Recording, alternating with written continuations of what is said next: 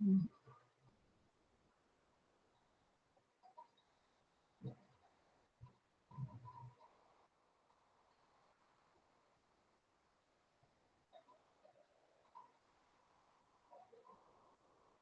evening, everybody. Today we are here with the last part of that lesson number 4. याने धड्या चौथ्याचा आपण शेवटच्या टप्प्यावर. त्या दिवशी आपण सुप्रीम कोर्ट बघितलं, सर्वोच्च न्यायालय हमने देखा. आणि आता पुढचं आता बघू. We have finished up to your judicial review. म्हणजे जे असतात ना सर्वोच्च न्यायालयाचं जे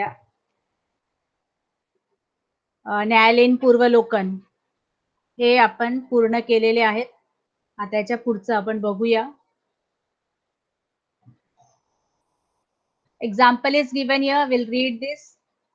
The court has asked the candidates contesting in elections to declare their property and income details and educational qualification through an affidavit.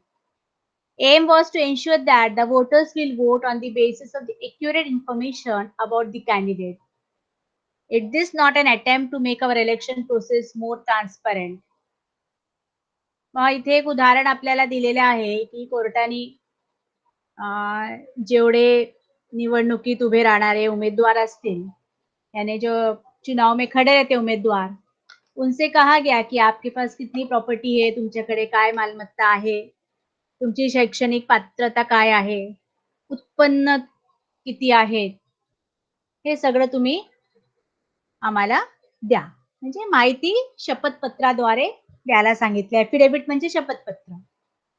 तो ऐसे जो कोर्ट है ना कैंडिडेट्स को कहते हैं. इससे क्या होता है कि it is to ensure that voters will vote on the basis of accurate information. तो जो वोटर्स होते हैं, जो मतदाता होते हैं, जे मतदार असतात ते असे कॅन्डिडेट्सला निवडणुकीत आणतील की जे चांगल्या प्रमाणे काम करतात. This is an attempt by the court. म्हणजे हा कोर्टाचा एक प्रोसिजर आहे. Isn't it? म्हणजे अशा प्रकारे आपण अशा प्रकारे कोर्ट म्हणजे न्यायालय ज्याला म्हणतो आपण ते आपल्यासाठी काम करतात. मतलब इस प्रकार से न्यायालय जो हमारे लिए काम करते ताकि लोगों को किसी भी प्रकार की असुविधा ना हो. Next comes PIL, Public Interest Litigation. Refers to the litigation filed on issues of public importance by individual citizen, social organization or non-governmental organization on the behalf of all people. आता हा महत्वाचा आहे. जनहितार्थ याचिका PIL, पब्लिक इंटरेस्ट लिटिगेशन म्हणजे जनहितार्थ याचिका. हिंदी में भी जनहितार्थ कहते हैं, मराठी मध्ये पण जनहितार्थच म्हणतो आपण. म्हणजे हा जो याचिका असतो हे सार्वजनिक प्रश्न सोडवण्यासाठी असतात. ये जो इस तरह की याचिका जो होती है ये सार्वजनिक जो प्रॉब्लम्स होते हैं, प्रश्न होते हैं, हर व्यक्ती का होता है, पुरे समाज का होता है. जब सामाजिक जे प्रश्न असतात असे प्रश्न सोडवण्यासाठी हा PIL फाईल केला जातो. कोण कोण करू शकतात? By individual citizen. आपण एकटं पण हा PIL दाखल करू शकतो. मीन्स वी पीपल हम अकेले भी कर सकते हैं. सोशल ऑर्गनायझेशन, काही सामाजिक संघटना आहे ते पण करतात.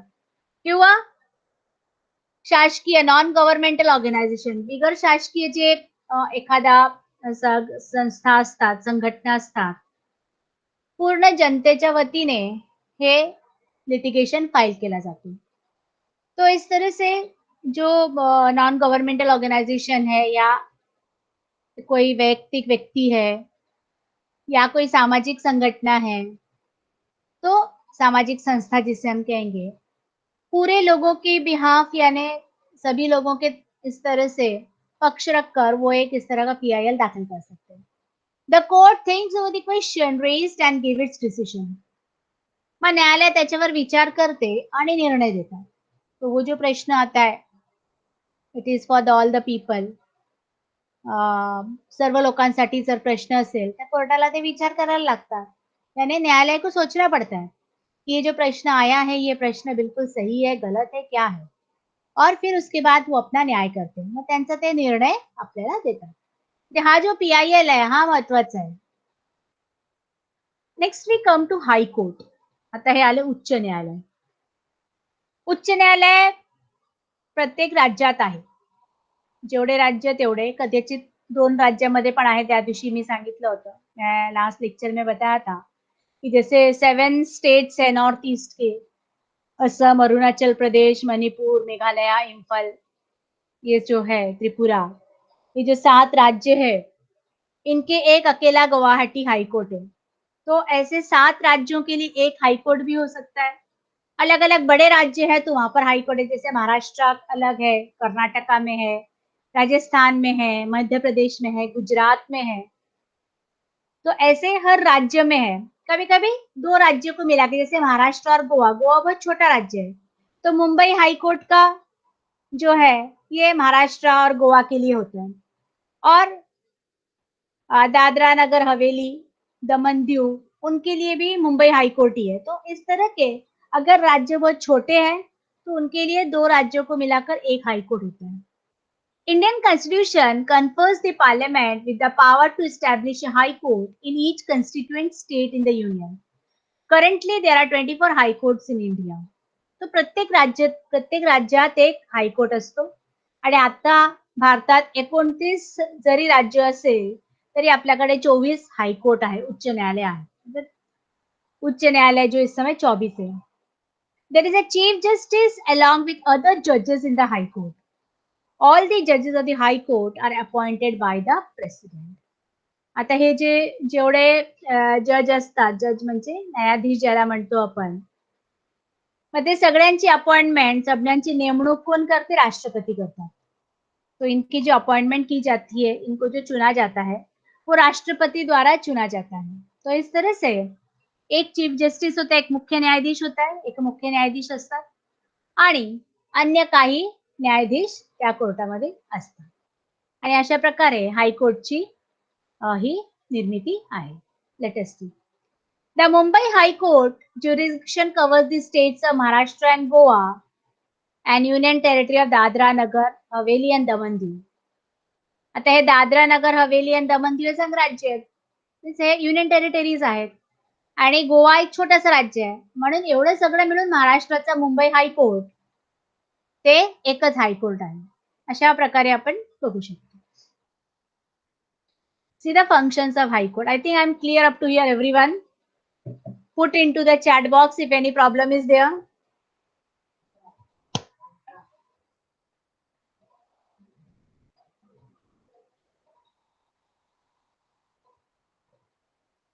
Vedant, your question was why we have to declare our property details while contesting the elections. Vedant, your question, I can give you the answer.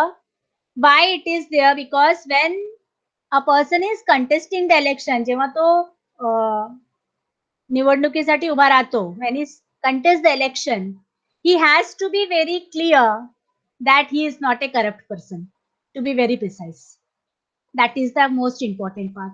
How much property he has at that time, he must, so that person, people, those who are voters, म्हणजे जो vote करते हैं, वो ये सोच सके कि नहीं ये आदमी हमारे लिए काम करेगा and he can be chosen as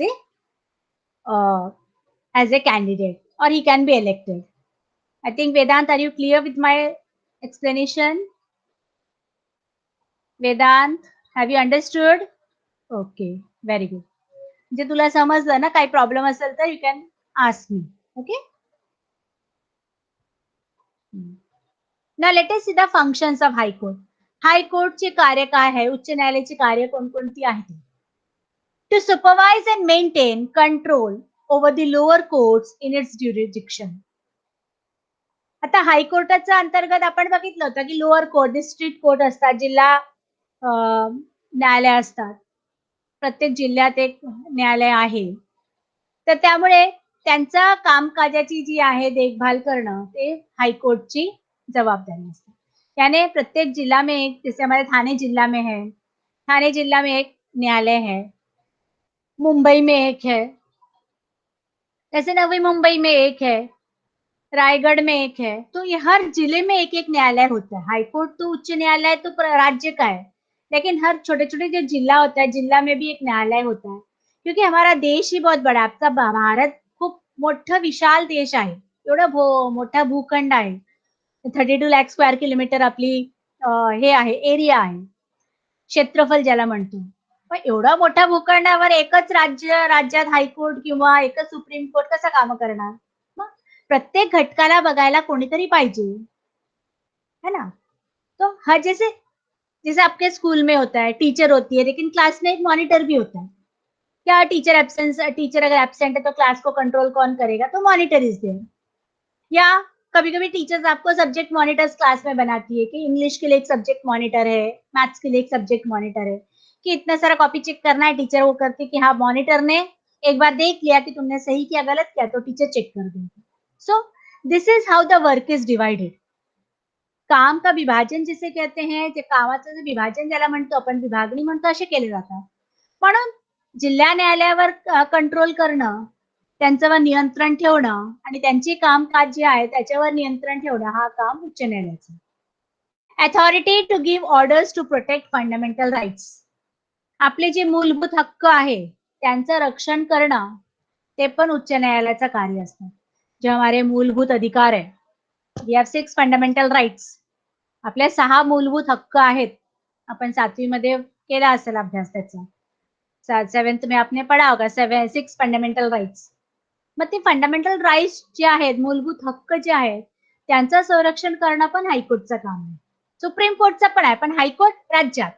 मग राज्यात त्याची काय नाही झाली तर मग तो सुप्रीम कोर्टला जातो असं. The governor seeks the advice of high court while appointing judges in the district court. तिसरा महत्वाचा कार्य गव्हर्नर म्हणजे राज्यपाल. ते राज्यपाल आहेत आपल्या राज्याचे. ते जेव्हा एखाद्या जिल्हा न्यायाधीशाचा नेमणूक करतात, यानी डिस्ट्रिक्ट कोर्ट में जब किसी न्यायाधीश को चुना जाता है या उनकी नियुक्ति की जाती है, तो हाई कोर्ट की सलाह ली जाती है.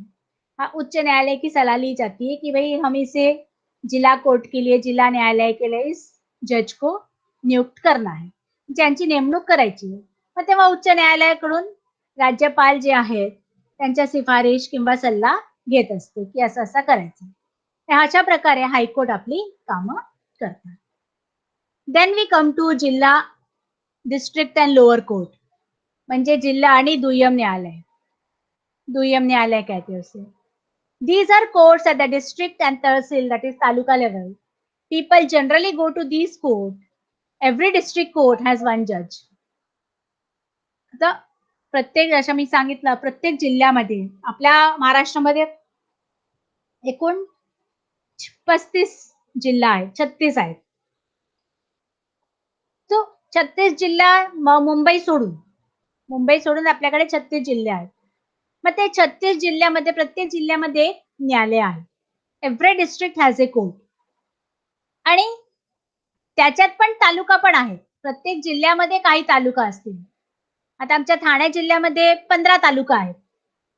मग 15 तालुक्यामध्ये एक छोटे-छोटे कोर्ट असेल. इझंट इट? मग हे जे आहे त्याला दुय्यम न्यायालय म्हणतात किंवा जिल्हा न्यायालय. जो जिल्हा में होता है उसे जिल्हा न्यायालय कहते हैं और जो तहसील या तालुका में होता है उसे दुय्यम न्यायालय कहते हैं. तो लोग जो है हाई कोर्ट और सुप्रीम कोर्ट तक नहीं जाते. लोग पहले ऐसे कोर्ट में जाते हैं. अब आप रहते हो रायगढ़ में, तो आप मुंबई हाई कोर्ट नहीं जाओगे. आपके रायगढ़ के आस-पास अगर कोई रायगढ़ में अगर कोई मान लीजिए कोर्ट है, तो कोई प्रॉब्लम हो गया तो आप वहाँ जाओगे. आप डायरेक्ट हाई कोर्ट मुंबई नहीं जाओगे या आप दिल्ली नहीं जाओगे, सुप्रीम कोर्ट नहीं जाओगे.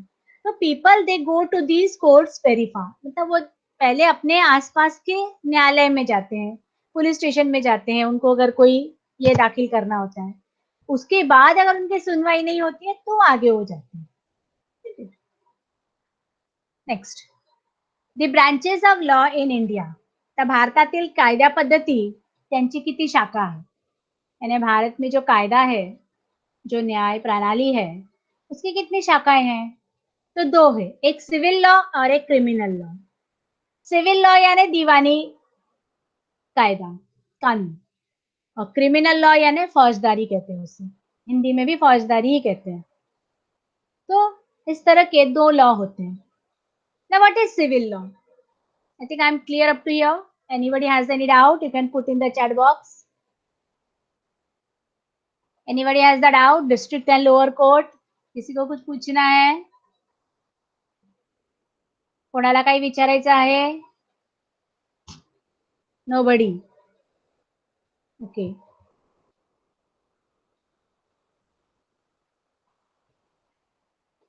This law deals with conflict which affect or interfere with the rights of a person. आता दिवाणी कायदा काय आहे? व्यक्तींच्या हक्कावर जेव्हा कोणी तंटा असतात किंवा त्यांच्यावर कोणी त्यांचा हक्क कोणी हे करून घेतात, तेव्हा ह्या कायद्याचा वापर केला जातो. जैसे कि किसी का मूलभूत अधिकार है, अधिकार छीन लिया गया, तो उसे हम सिविल लॉ कहते हैं. मतलब उनके अधिकारों का हनन हुआ है, उनके अधिकारों को किसी ने उनके अधिकार पर ये किया, तो ऐसे जो कानून होते हैं वो सिविल लॉ में आते हैं. फॉर एग्जाम्पल दिया यहाँ पर, regarding land and property, rent agreement, divorce, etc. After filing a petition relevant in court, the said court gives the decision. तो जैसे मान लीजिए लैंड एंड प्रॉपर्टी है, भाई भाई में लड़ाई होता है, बाप बेटे में लड़ाई होती है प्रॉपर्टी के लिए, और या तो रेंट एग्रीमेंट के लिए, भाड़े का मकान है उसके लिए लड़ाई होती है, कभी पति पत्नी में डाइवोर्स हो जाता है, तो वो एक ऐसे सारी जो केसेस होती है ये सिविल लॉ में आता है. हे दिवाणी कायदा याला म्हणतो आपण. जेव्हा आपण एखाद्या कोर्टामध्ये न्यायालयापुढे याचिका दाखल करतो, त्यानंतर न्यायालय त्याच्यावर निर्णय देता. तो ऐसे समय पे हम जब कोर्ट में दाखिल करते हैं हमारे न्याय के लिए, याचिका दायर करते हैं, तो जब याचिका दायर करते हैं तब कोर्ट उस पर सुनवाई करती है. सुनवाई करने के बाद वो एक तरह का निर्णय देता है. कभी हमारे पक्ष में होता है, कभी हमारे विरोध में होता है. कधी कधी निर्णय आपल्या पक्षामध्ये असतो, कधी विरोधात पण असतो. म्हणजे डिपेंड्स अपॉन ते केस कसा आहे, त्याच्यावर सुनावणी कशी होते, ते सगळं प्रॉस अँड कॉन्स बघून त्याच्यावर निर्णय दिला जातो. हा झाला सिव्हिल लॉ. नेक्स्ट येतो क्रिमिनल लॉ. क्रिमिनल लॉ म्हणजे फौजदारी कायदा ज्याला म्हणतो. Serious crimes are dealt under criminal law. म्हणजे गंभीर प्रकारचे जे गुन्हा असतात मग फौजदारी कायद्याच्या अंतर्गत घेतली जाते. गंभीर तरह के जो गुनाह करते हैं लोग, for example theft, robbery, dowry, murder etcetera, चोरी करणे, हुंड्यासाठी मारून टाकणे किंवा एखाद्याचा मर्डर करणे म्हणजे हत्या करणे, किसी की हत्या कर दी गई या लड़कियों को दहेज के लिए प्रताड़ित किया या मारा गया या चोरी किया गया, ऐसे सारे केसेस जो है क्रिमिनल लॉ यानी फौजदारी कायदा में आता है, फौजदारी कानूनों में आता है. In this case, the first step is to file an FIR with the police. ह्या गुन्ह्यामध्ये पण काय करतो, आधी FIR हे करतो पोलिसांकडे. प्रथम माहिती अहवाल ज्याला म्हणतात आपण. यू कॅन राईट डाऊन मराठीमध्ये. फर्स्ट इन्फॉर्मेशन रिपोर्ट म्हणजे प्रथम माहिती अहवाल. हिंदी में भी वही कहते हैं, FIR कहते हैं, प्रथम जानकारी अहवाल. यानी जो पुलिस को सबसे पहले हम जानकारी देते हैं उसे FIR कहते हैं, first information report. The police investigates the matter and then a petition is filed in the court. तो फिर जब वो पुलिस के पास पहुंचता है तो पुलिस उसका बुलाते हैं, संबंधित पक्ष वालों को बुलाते हैं, उनके विरोधी पक्ष वालों को बुलाया जाता है, फिर उनसे पूछताछ की जाती है कि भाई तुमने ऐसा किया है, तुम्हारे ऊपर इस तरह का गुनाह दाखिल हुआ है, तुमने गुनाह किया है. सारी पूछताछ होने, इन्वेस्टिगेशन होती. इन्वेस्टिगेशन है ना, पूछताछ लिख सकते हो आप मीनिंग. इन्व्हेस्टिगेट करणे म्हणजे त्याचा तपास करणे. इन्व्हेस्टिगेट म्हणजे तपास, लिहून घ्या मीनिंग. तो हिंदी में हम उसे पूछताछ कहते हैं. तो जब तपास झाल्यावर मग त्यांची जी आहे ते कोर्टात खटला दाखल होतो. फिर उनकी जो पिटिशन जो है कोर्ट में दायर होती है. If the charges are proved, there are serious provision of severe punishment. मग एखाद्या वेळेस गुन्हा सिद्ध झाला की मग शिक्षा गंभीर असतात. जैसे मान लीजिए उनका गुनाह साबित हो गया, मान लीजिए किसी का मर्डर किया, तो अलग अलग धाराएं लगती है हमारे इंडियन पेनल कोड की, आईपीसी की, और उस धारा के तहत उन्हें पनिशमेंट में सजा सुनाया जाता है।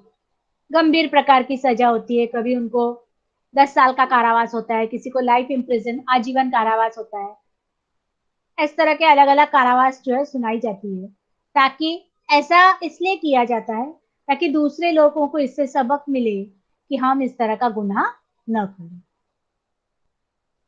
The Indian judiciary has made a significant contribution in development of country.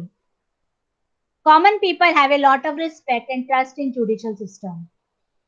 The judiciary in India has protected individual freedom.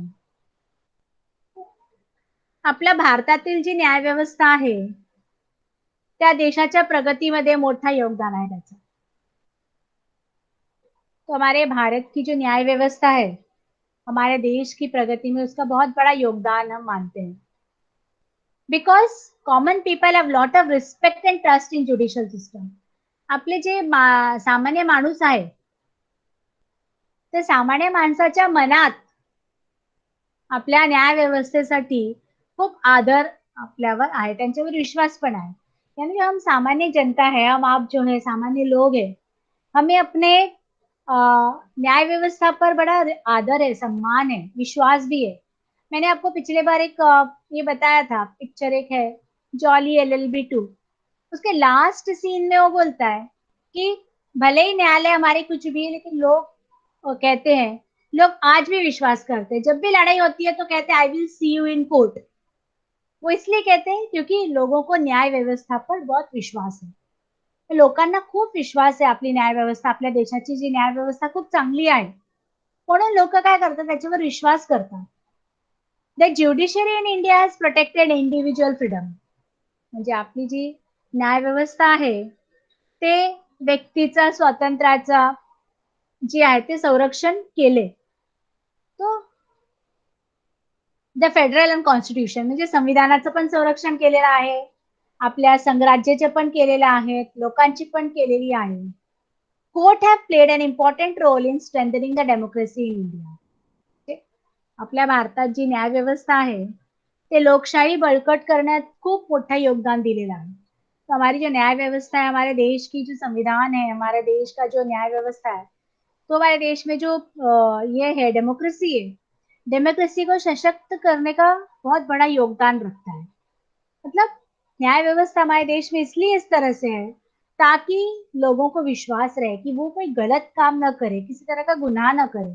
कुठल्याही प्रकारचे ते गुन्हे न करता त्यांनी न्यायावर विश्वास ठेवून ते न्याय प्रक्रियात येऊन ते काम करणे असं आपली न्याय व्यवस्था आहे. I think I've finished the lesson. If you have any doubt, you can ask me. Otherwise, I'll proceed with next chapter. Any doubt? Anyone? Nobody has the doubt? All of you understood the lesson? Come on, put in the chat box. Chat box मध्ये डालिये, त्याच्यामध्ये टाका काय problem आहे, काही नाहीये. Okay, सगळ्यांना समजलं. मी प्रश्न विचारले तर उत्तर द्यायचं मला. I am going to ask you question. Okay, you can see the answer and I can see and give the answer.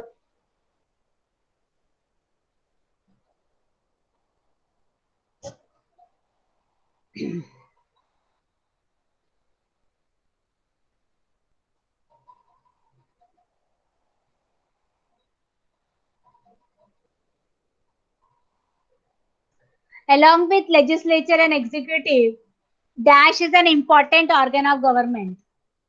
You can unmute the mic and give the answer. Judicial. Yes. Judiciary. First, judiciary. Anybody else? Anybody else? First line में answer है, दीजिए answer. Judiciary. Judiciary. Anybody else? मराठीमध्ये? मराठीमध्ये काय कुठचा शब्द आहे? कायदेमंडळ. कायदेमंडळ आहे. न्यायमंडळ आहे पहिलं. हा, न्यायमंडळ. मराठीमध्ये न्यायमंडळ म्हणतो आपण, इंग्लिशमध्ये ज्युडिशरी आहे. Very good. What does judiciary gives? न्यायमंडळ काय करतात?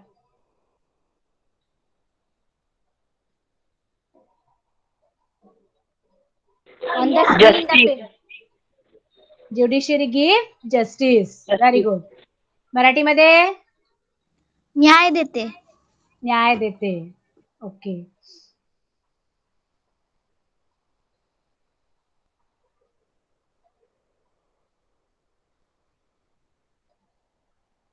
Why is judicial machinery required? Why is judicial machinery required? म्हणजे न्यायमंडळ सारख्या यंत्रणाची आवश्यकता का आहे? सेकंड पॅराग्राफ मध्ये उत्तर आहे. बघायचं, वाचायचं आणि द्यायची.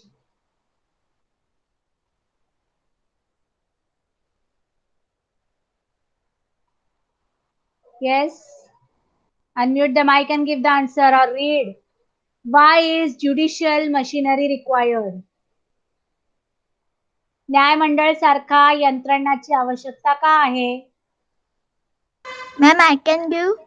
हा, you can give na, read. They should be resolved impartially and in accordance with the laws. For this purpose, an unbiased judicial machinery is required. What should be resolved? उत्तर इथून आहे बाळा. Who is there? Opinion, thoughts. इथून हा उत्तर आहे. उत्तर जरा मोठा आहे. You can read from here. Opinion, thoughts, perspective, belief, faith. उत्तर इथून आहे. वाचा. Who was reading? व्यक्तींमध्ये मते, विचार, दृष्टिकोन, समजुती, श्रद्धा, संस्कृती इत्यादी बाबत भिन्नता असते. सहिष्णुता बाळगल्यास या बाबींमधून संघर्ष निर्माण होत नाही, परंतु मतभिन्नांत टोकाची झाल्यास त्यातून संघर्ष निर्माण होतात व त्यांचे निराकरण निपक्षपाती दृष्टीने कायद्यांच्या आधारे होण्याची गरज असते. त्यासाठी न्यायमंडळासारख्या निष्पक्ष यंत्रणाची आवश्यकता आहे. Very good. Now who will read in English? Start reading. Opinion, thoughts, respective benefits, faith and culture differ from person to person. If people are tolerant, they can avoid conflicts. But if difference of opinion are very sharp, they may lead to conflicts. They should be resolved impartially and in accordance with the laws. For this purpose, an unbiased judicial machinery is required. Unbiased ne unbiased. The word is unbiased. Yes, very good. Anybody else read? Vishal, पढ़ो. Opinions, thoughts. Okay, read. Who is reading? Perspective, beliefs, faith and culture differ from person to person.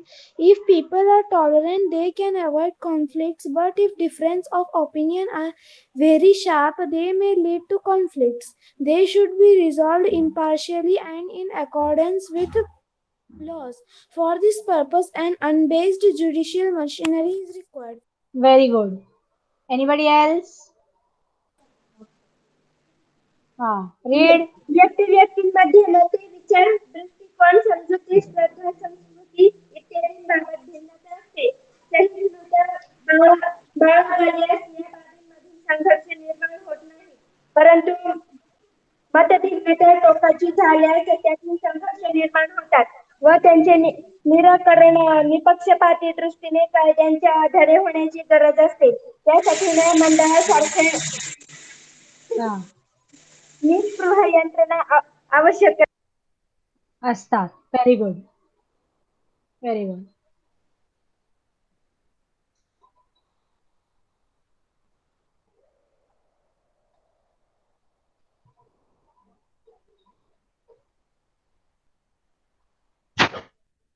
Okay.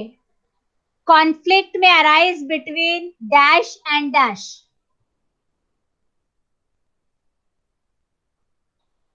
Conflict of interest may arise between dash and dash. Individuals, government. Individual and government.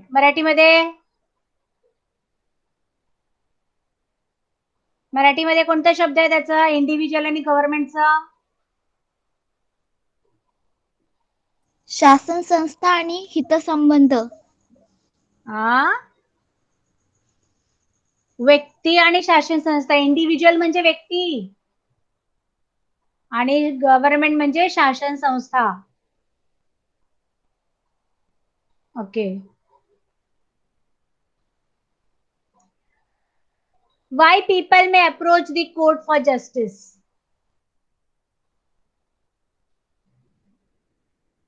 लोक न्यायालयात का जातात?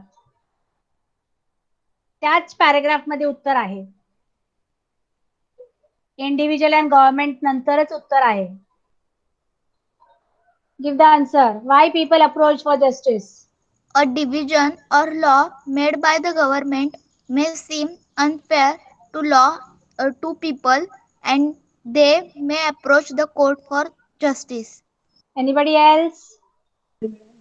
शासनाचा एखादा निर्णय अथवा कायदा लोकांना न्यायकारक वाटू शकतो व त्याच विरोधात न्यायालयात दाद मागता येते. Very good. अजून कोणी? Anybody from semi English? Other one? Give the answer. Vedant, have you given? Vishal, answer दीजिए. Decisions or law made by the government may seem unfair to people and they may approach the court of justice. Court for justice. Ayush, are you there, Ayush? Give the answer. Ma'am, can I? Yes, you can. Ma'am, the law made by the government can be seem unfair to people, so they approach the court for justice. Very good. Ma'am, I had a doubt. Yes. Ma'am, legislature and executive ला मराठीत काय म्हणतात? लेजिस्लेचरला मराठीमध्ये म्हणतात कायदे मंडळ आणि एक्झिक्युटिव्हला कार्यकारी मंडळ. Are you clear? Yes, ma'am. Okay.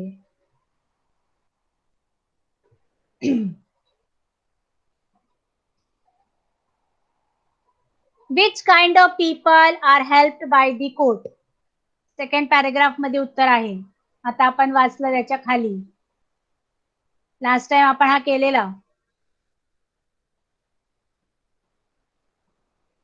Who all are helped by the court?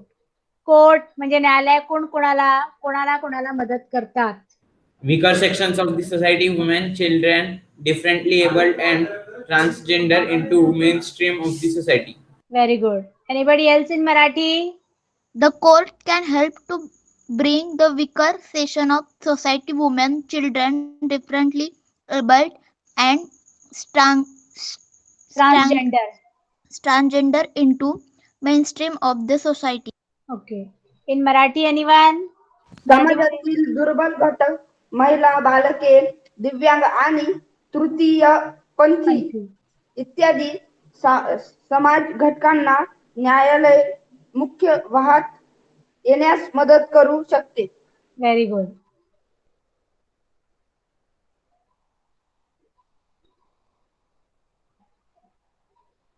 What helps in widening and deepening of democracy? कोणकोणत्या घटकांमुळे लोकशाहीची व्याप्ती होते किंवा लोकशाही खोली वाढते? त्याचा खालच्या पॅराग्राफ मध्ये उत्तर आहे. येस. When the स्वतंत्र common समाज, man न्याय आणि लोकशाही यांचे फायदे समाजाच्या माणसाला जेव्हा मिळतात तेव्हा लोकशाहीची व्याप्ती आणि खोली वाढते. Very good. स्वातंत्र्य, समता, when the न्याय common आणि लोकशाही यांचे फायदे सामान्य माणसाला जेव्हा मिळतात तेव्हा लोकशाहीचे व्याप्ती आणि खोली वाढते.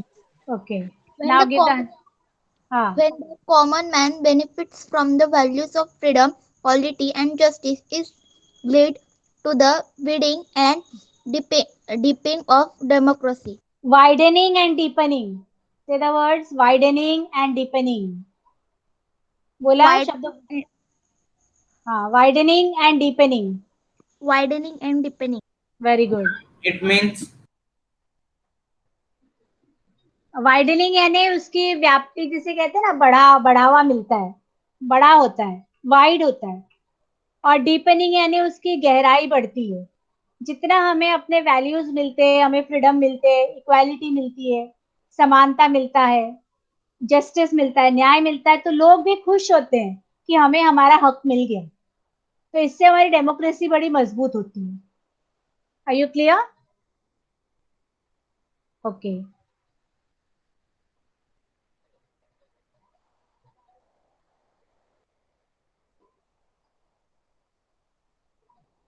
Where is Supreme Court located? Can anyone tell? General knowledge question. आपली सुप्रीम कोर्ट कुठे आहे? Delhi. Delhi. Very good. Okay. Who is the head of the Supreme Court? त्यांचं मुख्य कोण असतात? Who is Chief the head of India. Chief Justice of India. मराठीमध्ये chief जस्टिसला काय म्हणतात? सरन्यायाधीश. सरन्यायाधीश. Very good. Who appoints the chief justice and other judges of Supreme Court? त्यांची नेमणूक कोण करतात? प्रेसिडेंट. राष्ट्रपती. राष्ट्रपती. Very good.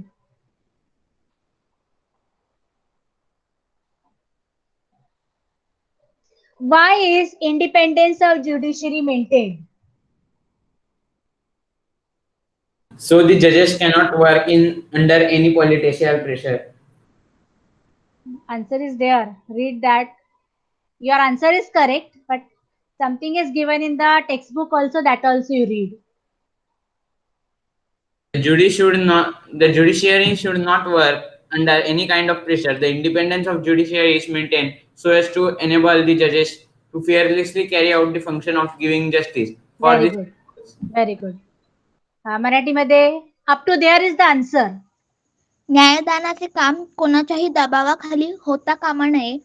न्यायाधीशांना निर्भयपणे न्यायदान करता यावे यासाठी न्यायमंडळ स्वतंत्र ठेवण्याचा प्रयत्न केला जातो. Very good. Anybody else want to give the answer? Only two are giving. खाली दो ही लोग आंसर दे रहे, बाकी लोग दीजिए. Ayush, you can give the answer. विशाल. न्यायदानाचे काम कोणाच्याही दबावाखाली होता कामा नये. न्यायाधीशांना निर्भयपणे न्यायदान करता यावे यासाठी न्यायमंडळ स्वतंत्र ठेवण्याचा प्रयत्न केला जातो. Very good.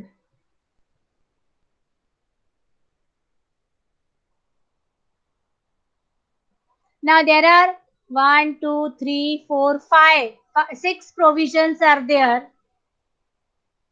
for this purpose, for Supreme Court. मग इथे 6 प्रोव्हिजन आपल्याला दिलेले आहेत की न्यायदान करताना कोर्टाला काय काय हे होईल. मग सगळ्यांनी एक एक वाचायचा. Everyone must read 1-1. There are 6 provisions given. संविधानात त्यांच्यासाठी. ते 6 जे दिले एक एक वाचायचं. न्यायाधीशांच्या पात्रतेच्या अटी संविधानाने स्पष्ट केले आहेत. कायदे तज्ञ असलेल्या उच्च न्यायालयात न्यायाधीश पदाचा किंवा वकिलीचा अनुभव असलेल्या व्यक्ती पात्र मानल्या जातात. ओके ना नेक्स्ट सेकंड वन दुसऱ्याने कोणीतरी वाचायचं. न्यायाधीशांची नेमणूक राष्ट्रपती करतात. त्यामुळे राजकीय न्यायाधीशांची नेमणूक राष्ट्रपती करतात त्यामुळे राजकीय दबाव दूर ठेवता येतो.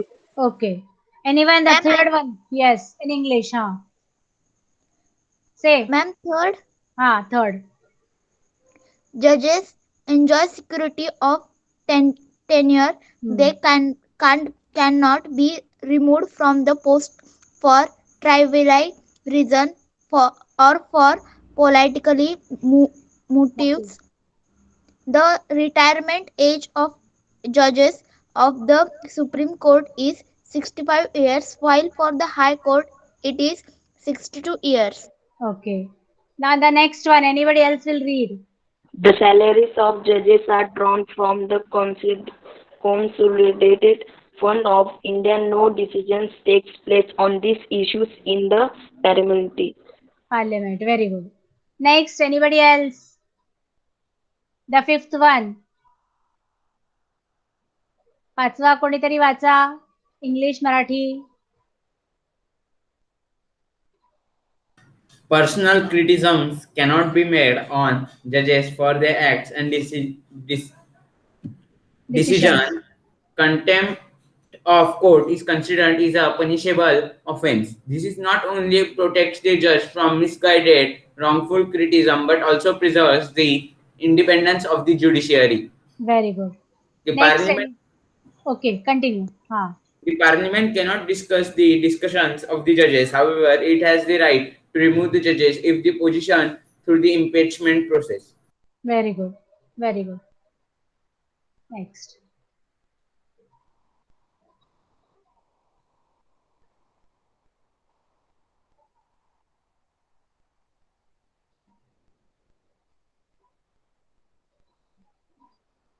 What is PIL? PIL चा फुल फॉर्म काय आहे?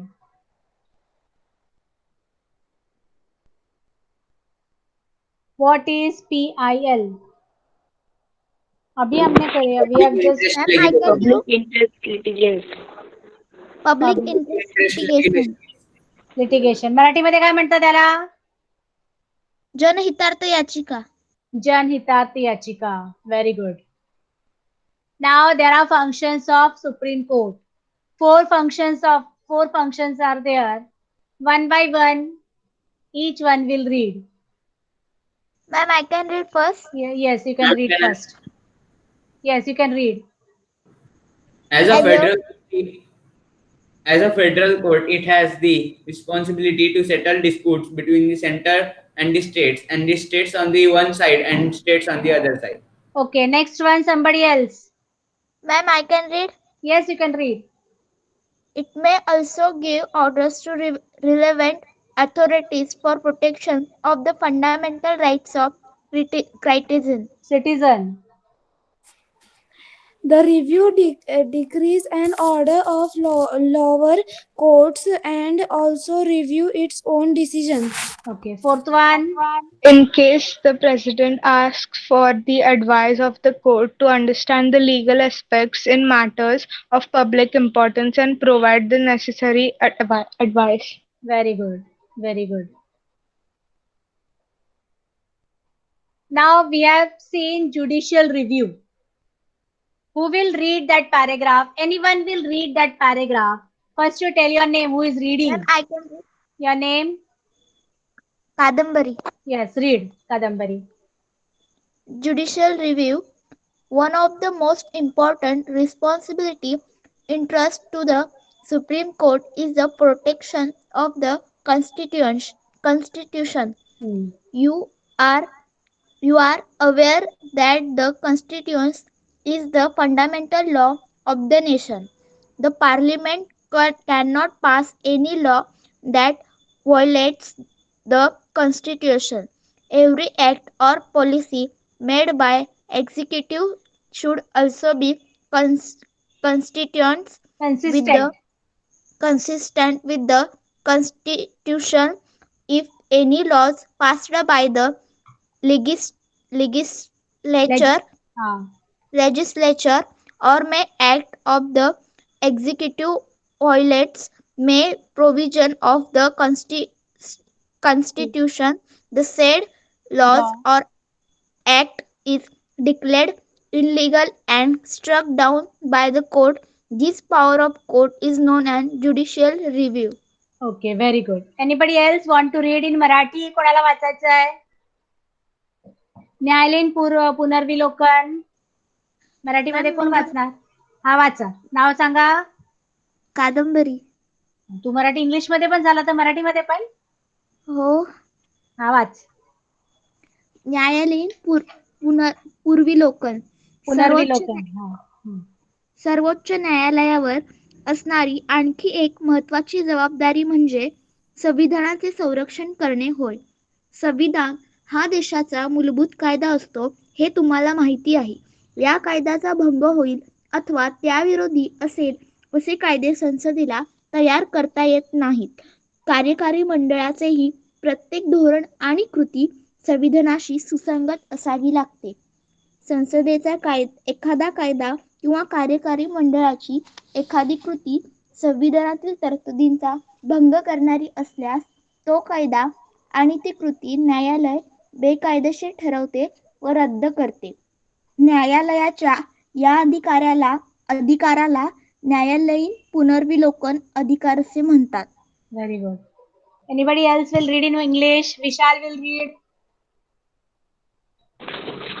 One of the most important responsibility entrusted to the Supreme Court is the protection of the constitutions.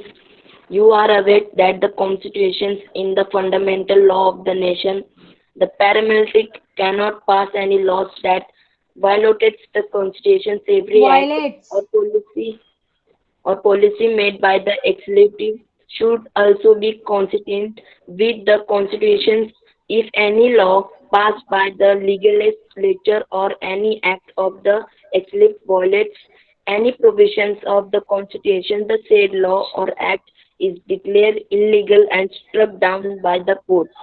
This power of the court is known as judicial review. Okay. Vaishnavi, are you there? You can read. Vaishnavi.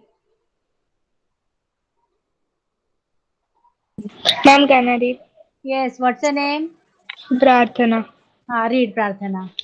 One of the most important responsibilities entrusted to the Supreme Court is the protection of the Constitution.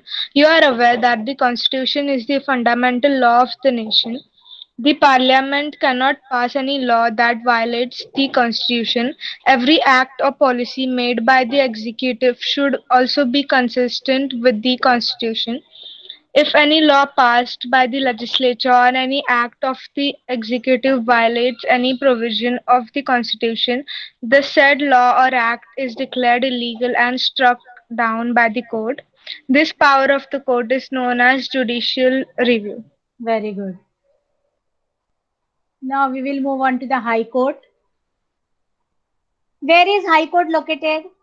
Anybody, any answer? उच्च न्यायालय कुठे असतात? Common answer you can give. Delhi. उच्च न्यायालय. High Court. That is Supreme Court in Delhi. State. In every state. Very good. At present, how many high courts are there in India? 24 high courts. 24. Okay. Who is the head of the High Court? High Court चा मुख्य कोण असतात? Chief Justice. Chief Justice. Who appoint the judges of High Court? त्यांची नेमणूक कोण करते? President. Okay, Rashtrapati. Now there are 3 functions of High Court. One by one you will read. By telling your name. Start. What's your name? त्या अधिकार क्षेत्रातील दुय्यम न्यायालयांवर नियंत्रण ठेवण्याचा व देखरेखीचा अधिकार मूलभूत. Okay. Ma'am, can I? Yes, you can read now. Second one. Third one. to supervise and maintain control over the lower courts in its jurisdiction. Okay. Ma'am, I can read. Yes. The governor seeks the advice of the High Court while appointing judges in the district court. Okay. Now district and lower court. Where are these district and lower courts? हे कुठे असतात district आणि lower court? आणि district In district, In district and Tahsil level. tehsil, that is taluka. Very good. What are the two branches of law? Civil Ma'am. law and criminal law. Civil law and criminal law. मराठीमध्ये दिवाणी कायदा आणि दिवाणी कायदा आणि फौजदारी फौजदारी कायदा. दिवाणी कायदा आणि फौजदारी कायदा. म्हणजे सगळ्यांना लेसन समजलेला आहे. Okay. What is civil law? The law deals with conflicts which affect or interference with the rights of a person. Okay, the law that deals with the conflict with affect or interfere the rights of a person. मराठीमध्ये कोण वाचणार? व्यक्तीच्या हक्कांवर गदा आणणारे तंटे या कायद्याच्या अंतर्गत येतात. Civil law. एक्झाम्पल, उदाहरण. एक्झाम्पल, जमिनी संबंधाचे वाद, अजून. भाडे करार, घटस्फोट. Okay. In English. Example in English. Conflicts regarding land and property, rent agreement, divorce. Divorce, very good. What is criminal law? Serious crimes are dealt under criminal law. For example, thief, robbery, robbery, murder, etc. In these cases, the first step is to file a first information report (FIR) with the police. The police investigates the matter and then a petition is filed in the court. Okay. मराठीमध्ये कोण वाचणार? गंभीर स्वरूपाचे गुन्हे फौजदारी कायद्याच्या आधारे सोडवले जातात. उदाहरणार्थ चोरी, घरफोडी, हुंड्यासाठी छळ, हत्या इत्यादी. पुढे या गुन्ह्यांबाबत प्रथम पोलिसांकडे माहिती अहवाल FIR दाखल केला जातो. त्याच्यानंतर पूर्ण वाच ना. पोलीस त्याचा तपास लावतात आणि नंतर कोर्टात खटला दाखल होतो. गुन्हा सिद्ध झाल्यास शिक्षेचे स्वरूपही गंभीर होते. Very good. भारतातील न्याय व्यवस्थेचे देशाच्या प्रगतीसाठी मोठे योगदान आहे. सामान्य माणसाच्या मनातही न्याय व्यवस्थेबाबत आदर असू त्यावर विश्वास आहे. व्यक्ती स्वातंत्र्याचे संघराज्याचे संविधानाचे संरक्षण भारतातील न्याय व्यवस्थेने केले आहे. भारतातील लोकशाही बळकट करण्यात न्यायाचा मोठा वाटा आहे. Very good. सगळ्यांना धडा समजला? Everyone understood the lesson? All of you? Any doubt? No doubt. I think the lesson was quite important and everyone is clear with all the topics. So now you can leave the meeting. You can leave the class. Okay? Goodbye everyone.